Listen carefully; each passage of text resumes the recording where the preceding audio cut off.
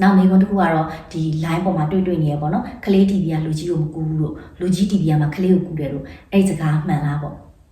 ဆိုတော့ကလေးမှာဖြစ်လူကြီးမှာဖြစ် TB ကိုဖြစ်ပွားစေတဲ့ယောဂက Mycobacterium tuberculosis လို့ခေါ်ပါတယ်ဒီယောဂပိုးကလူကြီးရောဖြစ်ဖြစ်ကလေးရောဖြစ်ဒီကောင်ကပဲဖြစ်တာဒီကောင်တစ်ကောင်ပဲရှိတယ်အဲ့ဒါကြောင့်မလို့ TB ယောဂပိုးဖြစ်စေတဲ့အကောင်ကတစ်ကောင်နဲ့ဖြစ်တဲ့အတွက်လူကြီးဖြစ်ဖြစ်ကလေးဖြစ်ဖြစ်ကူးစက်နိုင်တာကတော့ကူးစက်နိုင်ပါတယ်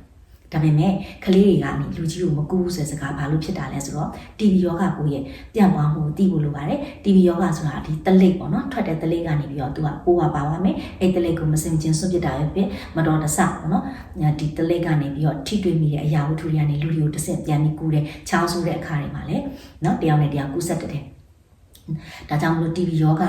ကလေးတွေစီကနေပြီးတော့လူကြီးကိုအကူနေတယ်ဆိုတာကလေးတွေကကြတော့တလိပ်ထုတ်တာခက်ခဲတယ်သူတို့ကတလိမ့်မထုတ်တတ်ဘူးအဲ့တော့ကလေးတွေစီကတလိမ့်မထွက်တာဖြစ်တဲ့အတွက်ကြောင့်လူကြီးစီကိုကူးပြီးတော့နည်းနည်းခက်ခဲတာပေါ့နော်အဲ့ဒါကြောင့်မလို့ဒီလိုမျိုးစကားမျိုးပြောဖြစ်ပါလိမ့်မယ်ဒါပေမဲ့ TB ဖြစ်ပွားစေတဲ့ယောဂပိုးကတော့လူကြီးဖြစ်ဖြစ်ကလေးဖြစ်ဖြစ် Mycobacterium tuberculosis ဆိုတဲ့ဒီပိုးဟောင်းတစ်ကောင်တွေကနေပဲဖြစ်တာဖြစ်ပါတယ်